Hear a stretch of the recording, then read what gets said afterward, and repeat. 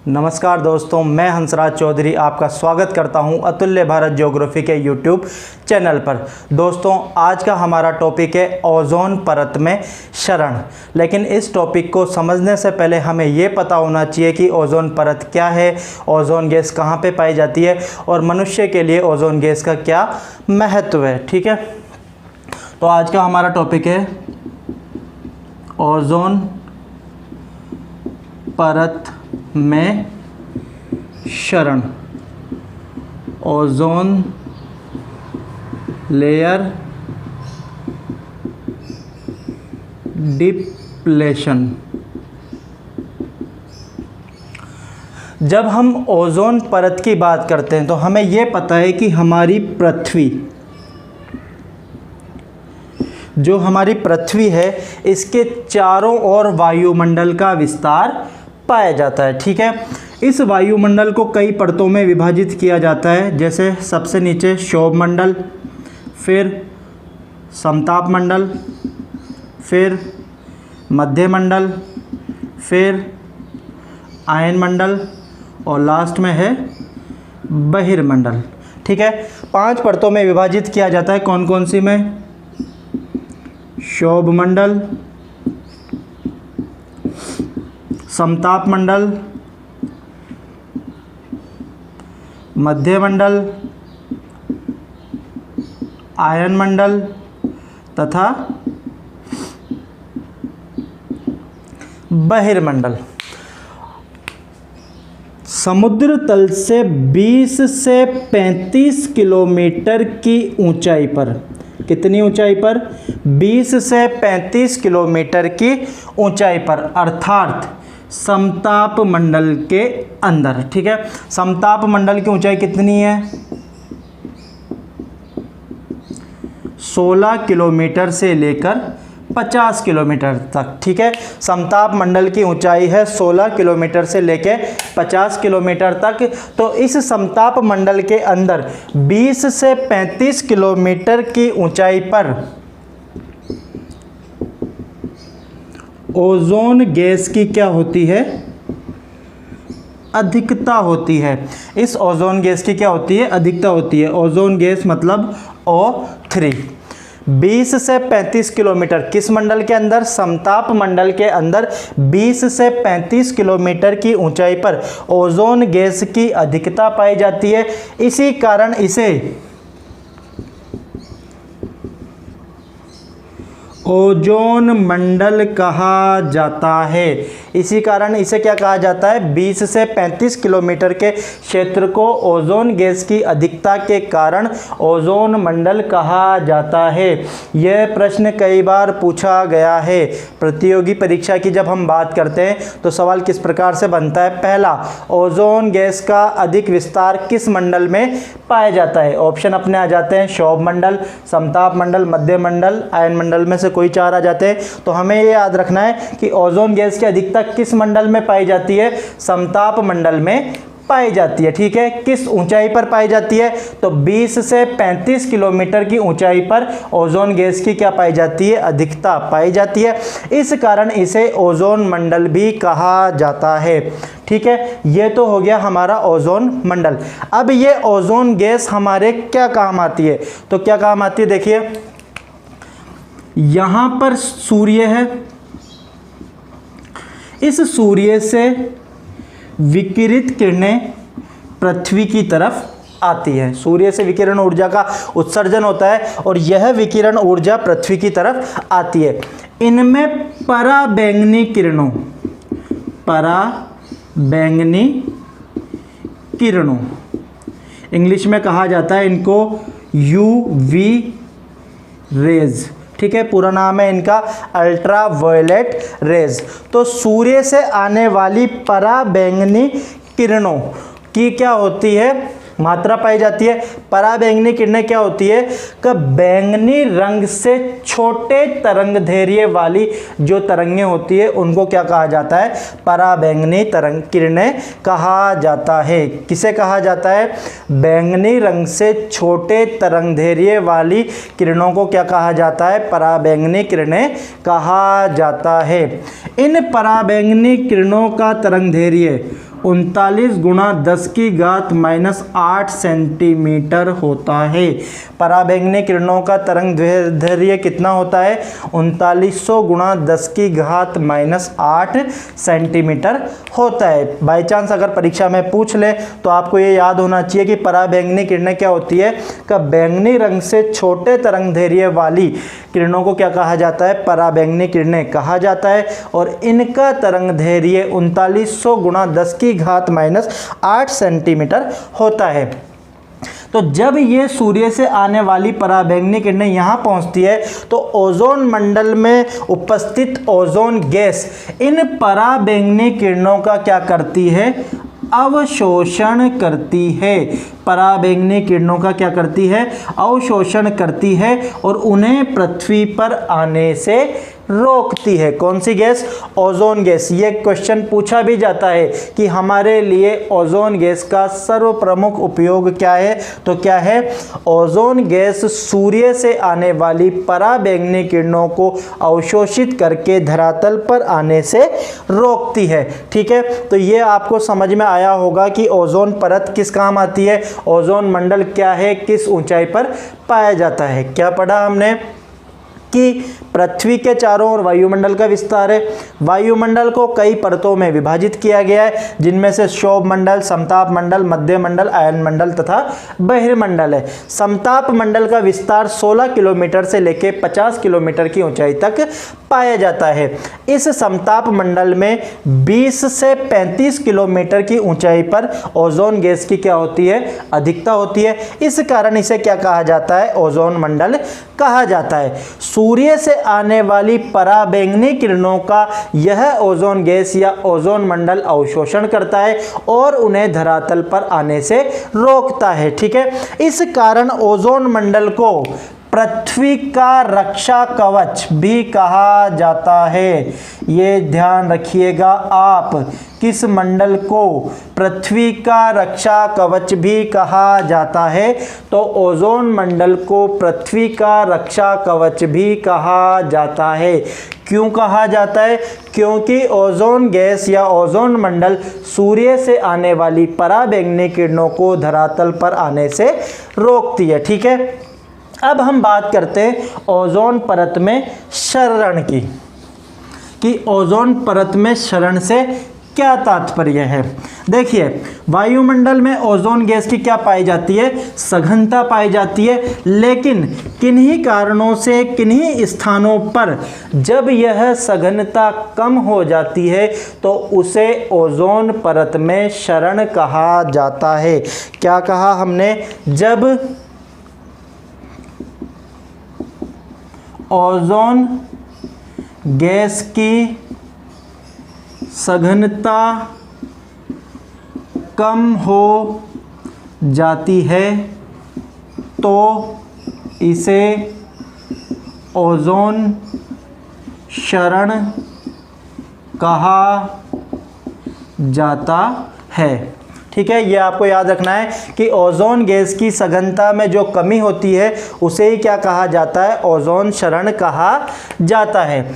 Ozone परत का क्षरण के बारे में अध्ययन वर्ष 1960 से ही प्रारंभ हो गए थे। 1960 या 70 के दशक से ही क्या हो गए थे? ओजोन गैस में जो का अध्ययन प्रारंभ हो गया था और वैज्ञानिकों ने यह अनुमान लगाए अपने अध्ययन के आधार पे कि प्रति वर्ष लगभग 0.4 से 0.5% तक की ओजोन में क्या आ रही है?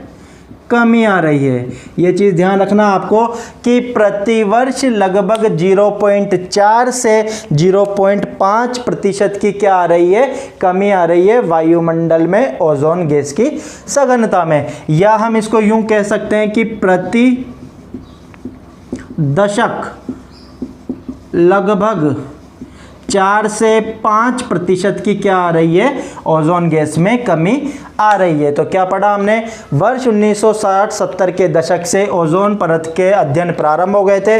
वैज्ञानिकों ने अपने अध्ययन के आधार पर यह बताया कि ओजोन गैस में प्रतिवर्ष लगभग 0.4 से 0.5% की क्या आ रही है, कमी आ रही है, अथवा प्रति दशक लगभग 4 से 5% की क्या आ रही है, कमी आ रही है। ठीक है। ओजोन छिद्र, एक नाम सुनिएगा, ओजोन छिद्र।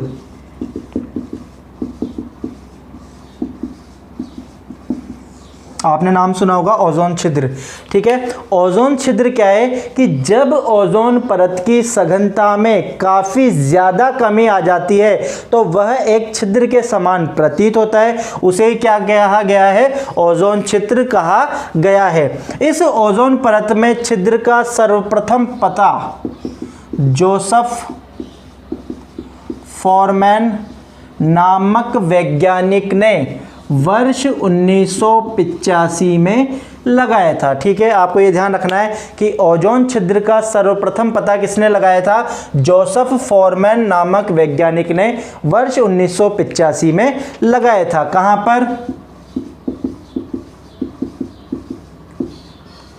अंटार्कटिका महाद्वीप पर। कहां पे लगाया था, अंटार्कटिका महाद्वीप पर लगाया था। तो ओजोन छिद्र का सर्वप्रथम पता किसने लगाया था, जोसेफ फॉरमैन ने लगाया था। कब लगाया था, वर्ष 1985 में लगाया था। कहां पे लगाया था, अंटार्कटिका महाद्वीप में लगाया था। ठीक है। इसके बाद अगर हम बात करें तो ओजोन परत में जो क्षय होता है उसके क्या कारण हैं, ओजोन परत में क्षय के क्या कारण है। तो ओजोन परत में क्षय का जो सर्वप्रमुख कारण है वह है वायुमंडल में हैलोजेनिक गैसों का उत्सर्जन। ठीक है। ये याद रखना है आपको कि ओजोन परत में जो क्षय होता है या जो नुकसान हो रहा है उसका सर्वप्रमुख कारण क्या है, हैलोजेनिक गैसों का उत्सर्जन। जब हम हैलोजेनिक गैसों की बात कर रहे हैं तो कौन कौन सी होती है, तो आपको नाम याद रखना है, क्लोरो, फ्लोरो, कार्बन। शॉर्ट में इसको कहा जाता है CFC। क्या पढ़ा, क्लोरो, फ्लोरो, कार्बन, CFC। पर फ्लोरो कार्बन, PFC। इसके अलावा क्लोरीन, क्लोरीन के बाद ब्रोमीन,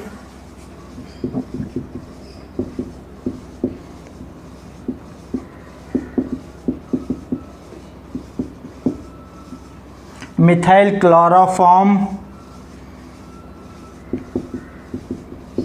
कार्बन टेट्रा क्लोराइड। ये प्रमुख गैसें हैं जो वायुमंडल में ओजोन परत को नुकसान पहुंचाती है। कौन कौन सी, chlorofluorocarbon, perfluorocarbon, chlorine, bromine, methyl chloroform तथा कार्बन टेट्रा क्लोराइड। इन्हीं गैसों के द्वारा क्या होता है, ओजोन परत को नुकसान पहुंचता है। ठीक है। इसके अलावा अगर हम बात करें कि समताप मंडल में क्लोरीन, किसका, समताप मंडल में क्लोरीन गैस का उत्सर्जन अधिक होने पर क्या होता है, ओजोन परत को नुकसान पहुंचता है। यूं मान के चलिए कि क्लोरीन का एक परमाणु, क्लोरीन का एक परमाणु लगभग ओजोन के 1,00,000 अणुओं को नष्ट कर सकता है। अणुओं को क्या कर सकता है, नष्ट कर सकता है। काफ़ी महत्वपूर्ण चीज़ है ये क्या पढ़ा हमने कि क्लोरीन का एक परमाणु लगभग ओजोन के कितने 1 लाख अणुओं को नष्ट कर सकता है। यह नष्ट किस प्रकार से करता है, इसको समझने के लिए देखिए एक उदाहरण लेते हैं हम। क्लोरीन होता है Cl। जब यह क्लोरीन का परमाणु O3 ओजोन से क्या करता है, रासायनिक क्रिया करता है, तो ये क्या बना देगा ClO+O2। यह है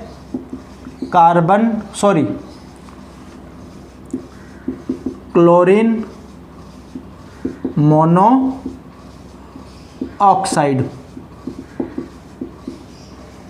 ठीक है, ये क्या है क्लोरीन मोनो ऑक्साइड और ये क्या है ऑक्सीजन। तो क्या किया इस क्लोरीन के एक परमाणु ने, ओजोन से क्या की रासायनिक क्रिया करी और O3 को तोड़कर ऑक्सीजन का एक परमाणु अणु बना दिया और क्या बना दिया क्लोरीन मोनो ऑक्साइड। अब यह जब क्लोरीन मोनो ऑक्साइड वापस O3 ओजोन से क्या करेगा, रासायनिक अभिक्रिया करेगा, तो क्या बना देगा Cl+2O2। तो वापस ये इस ओजोन के अणु को क्या कर देगा, तोड़ देगा और क्या बना देगा, ऑक्सीजन में इसको परिवर्तित कर देता है। इस प्रकार से हमने क्या पढ़ा कि क्लोरीन का एक परमाणु O3 के 1 लाख अणुओं को नष्ट कर सकता है। ये बात आपको ध्यान रखनी है कि क्लोरीन का एक परमाणु ओजोन के 1 लाख अणुओं को नष्ट कर सकता है। इसके बाद हम बात करते हैं कि इस ओजोन परत का जो क्षय हो रहा है इसका क्या प्रभाव पड़ता है। देखिए यह सब पर्यावरणीय दुष्प्रभाव है जिसका मनुष्य, जीव जंतुओं, फसलों, वनों सभी पर क्या पड़ते हैं, दुष्प्रभाव पड़ते हैं। तो अब हम पढ़ेंगे इसके प्रभाव। सबसे पहले अगर हम मनुष्य की बात करें तो मनुष्य के ऊपर क्या क्या प्रभाव पड़ते हैं इससे, त्वचा का कैंसर हो सकता है, इससे मोतियाबिंद, किसका रोग है ये, आंख से संबंधित रोग है कि इसमें क्या हो सकता है, मोतियाबिंद हो सकता है। ठीक है, इसके अलावा इसके द्वारा जो तापमान में वृद्धि होती है उससे मनुष्य का शारीरिक तथा मानसिक विकास प्रभावित होता है। ये चीज़ ध्यान रखिएगा कि ओजोन परत का क्या होगा, क्षय होगा। क्षय होगा तो क्या होगा, सूर्य से आने वाली पराबैंगनी किरणें बिना किसी अवरोध के धरातल पर पहुंच जाएंगी। जब सूर्य से आने वाली पराबैंगनी किरणें धरातल पर पहुंचेंगी तो मनुष्य को क्या करेंगी, प्रभावित करेंगी। और वो प्रभाव क्या होंगे कि मनुष्य को त्वचा से संबंधित क्या हो जाएगा, कैंसर हो जाएगा। उसकी आँखों की ज्योति क्या होगी, प्रभावित होगी, मतलब मोतियाबिंद नामक रोग हो सकता है। इसके अलावा मनुष्य की क्या होती है, शारीरिक तथा मानसिक विकास प्रभावित होता है। दूसरा, पराबैंगनी किरणों के प्रभाव के कारण पादप प्लवक क्या हो जाते हैं, नष्ट हो जाते हैं। ठीक है, फाइटोप्लैंक्टन होते हैं जो क्या हो जाते हैं, नष्ट हो जाते हैं। यह जो प्लवक है वह मछलियों का प्रमुख आहार होते हैं। ठीक है, क्या पढ़ा हमने, पराबैंगनी किरणें जब पृथ्वी के धरातल पर बिना अवरोध के पहुंचेगी तो जो समुद्रों में पादप प्लवक या फाइटोप्लैंक्टन होते हैं वो क्या हो जाएंगे, नष्ट हो जाएंगे। यह क्या होता है, मछलियों का प्रमुख आहार होता है। अब आहार की कमी से क्या हो जाएगी, मछलियां मरने लग जाएंगी। ठीक है, और जब मछलियां ही मरने लग जाएंगी तो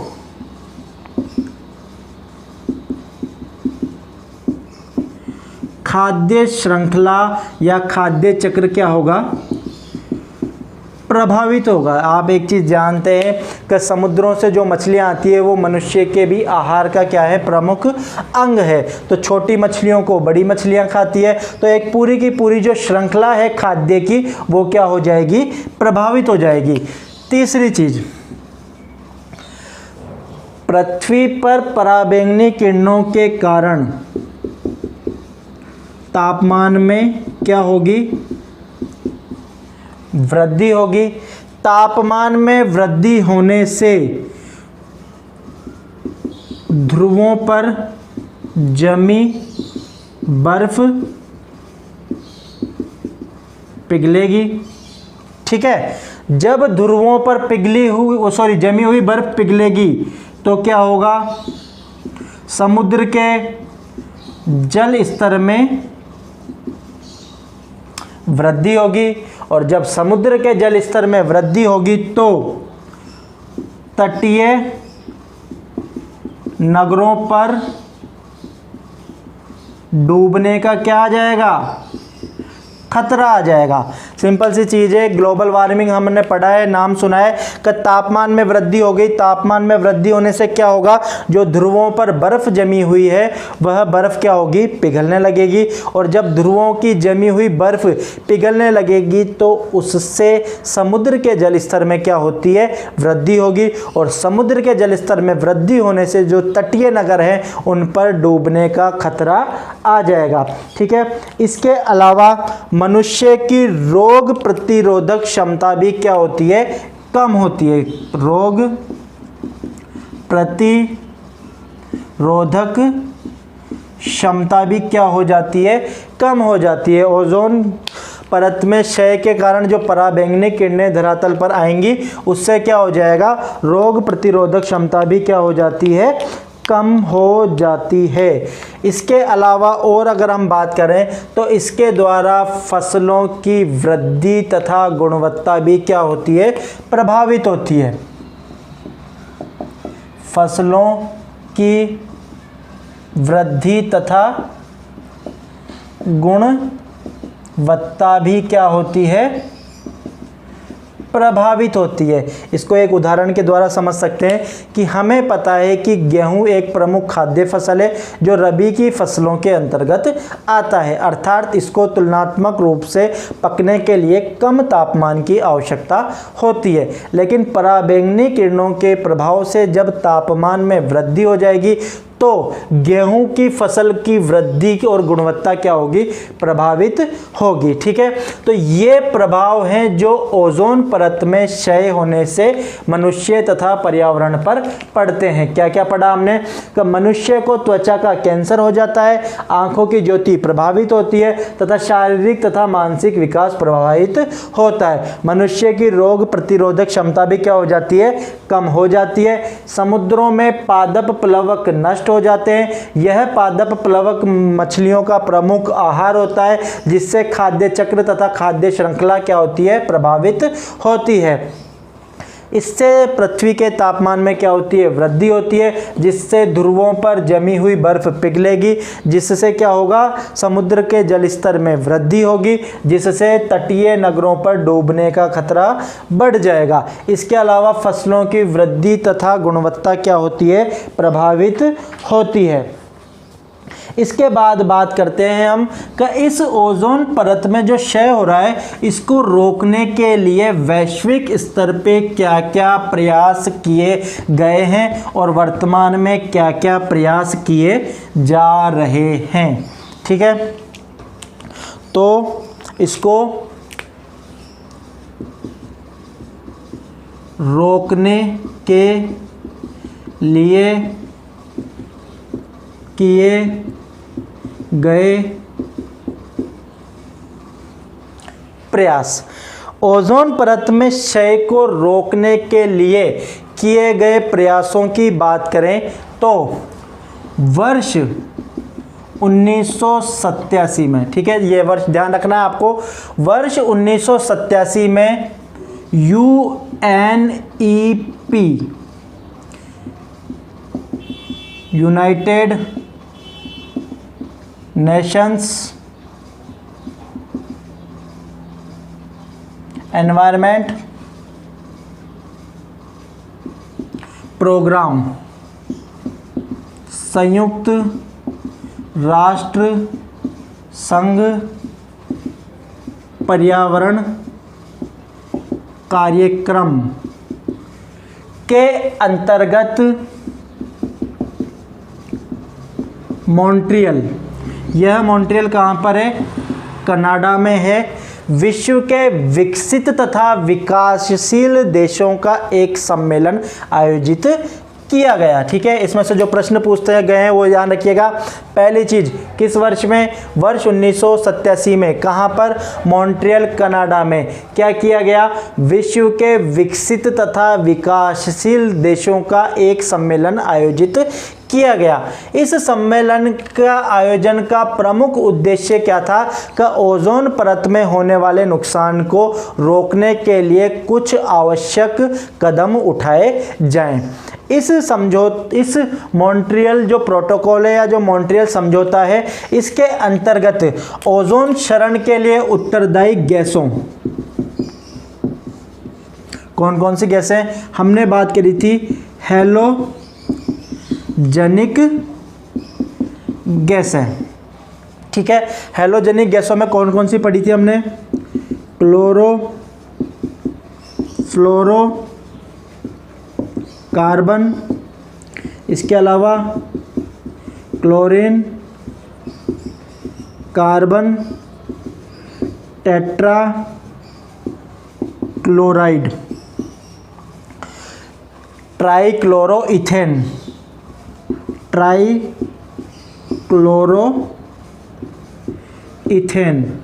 इत्यादि के उत्सर्जन को प्रतिबंधित कर दिया गया, या इत्यादि के उपयोग को क्या कर दिया गया? प्रतिबंधित कर दिया गया। देखिए, किसी भी समस्या का जो समाधान होता है वह क्या होता है कि जिस समस्या जो उत्पन्न हुई है उसके कारणों को क्या करना? समाप्त करना। ओजोन परत में क्षय के लिए उत्तरदायी कारण क्या थी? हैलोजनिक गैसें। तो अगर हैलोजनिक गैसों के उत्सर्जन तथा उपयोग को क्या कर दिया जाएगा? कम कर दिया जाएगा, तो ओजोन परत में क्षय भी क्या हो जाएगा? कम हो जाएगा। तो इस मॉन्ट्रियल समझौते या मॉन्ट्रियल प्रोटोकॉल वर्ष 1987 के अंतर्गत क्या लिया गया कि गैसों, कौन कौन सी हैलोजनिक गैसों में? क्लोरोफ्लोरोकार्बन, क्लोरीन, कार्बन टेट्राक्लोराइड तथा ट्राइक्लोरो इथेन को क्या कर दिया गया? उपयोग को प्रतिबंधित कर दिया गया। इसके अतिरिक्त एक गैस और होती है, वो है फ्रीऑन। आपने नाम सुना होगा, कौन सी गैस? फ्रीऑन।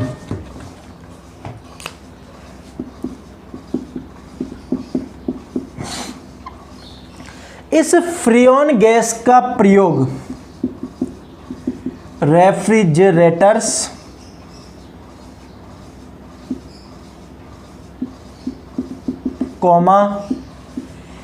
एयर कंडीशनर्स,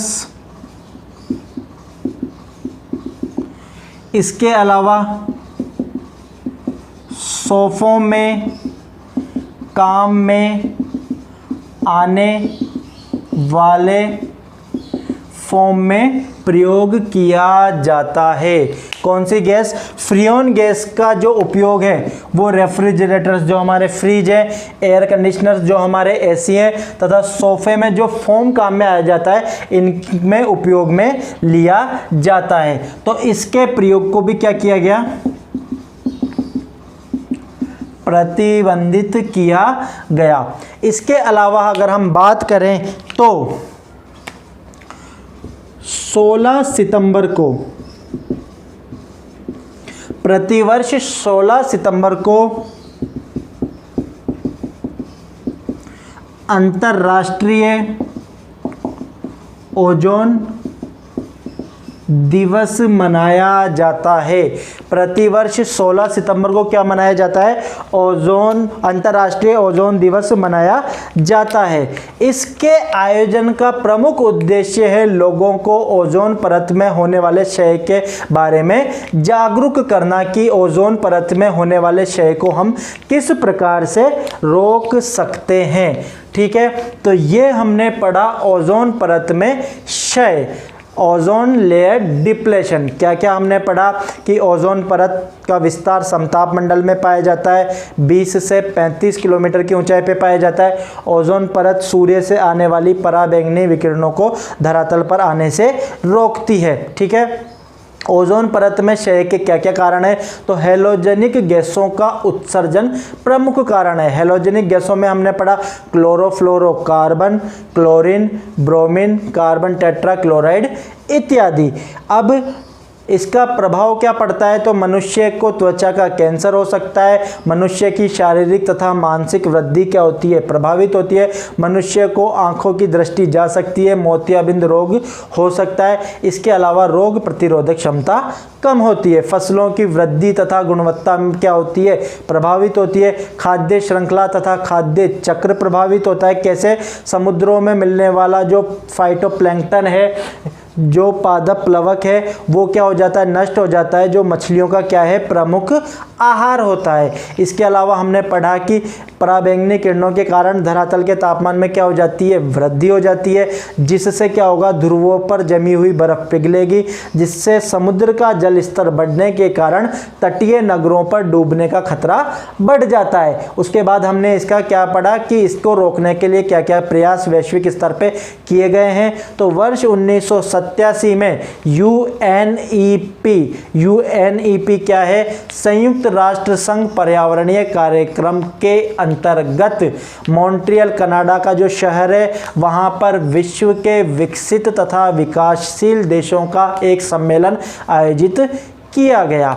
इस सम्मेलन के आयोजन का प्रमुख उद्देश्य क्या था कि जो उत्सर्जन हो रहा है हेलोजेनिक गैसों का, उसको क्या किया जाए? नियंत्रित किया जाए या कम किया जाए। इस सम्मेलन में कुछ हेलोजेनिक गैसों के उपयोग को क्या कर दिया गया?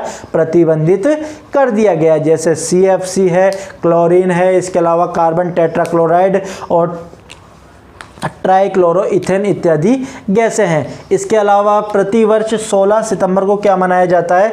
अंतर्राष्ट्रीय ओजोन दिवस का आयोजन किया जाता है। ये इस प्रकार से हमारा ये टॉपिक यहाँ पर समाप्त हुआ।